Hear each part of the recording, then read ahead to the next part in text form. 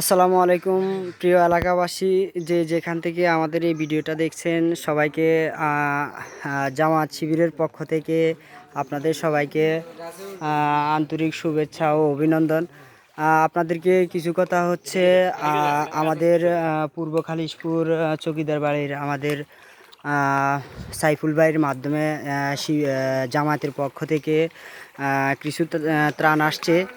এখন আমরা যুব সমাজের মাধ্যমে আমরা আগেও আমাদের মাধ্যমে অনেকগুলো ত্রাণ আসছে, আমরা এগুলো আগেও আমাদের মাধ্যমে বন্টন করেছি ইনশাল্লাহ।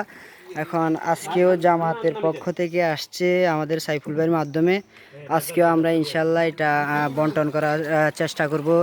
যারা অসহায় আছে বা বন্যার কবলিত এই সময় দুঃসময়ে যারা এখনও খাওয়া দাওয়া নিয়ে খুব সমস্যাতে আছে বা যাদের পানিবন্দির কারণে ডায়রিয়া বা বিভিন্ন ধরনের সমস্যা দেখা দিচ্ছে, তাদের জন্য আমরা কিছু মেডিসিনের ব্যবস্থা করেছি ইনশাল্লাহ। সবাই একসাথে মিলে আমরা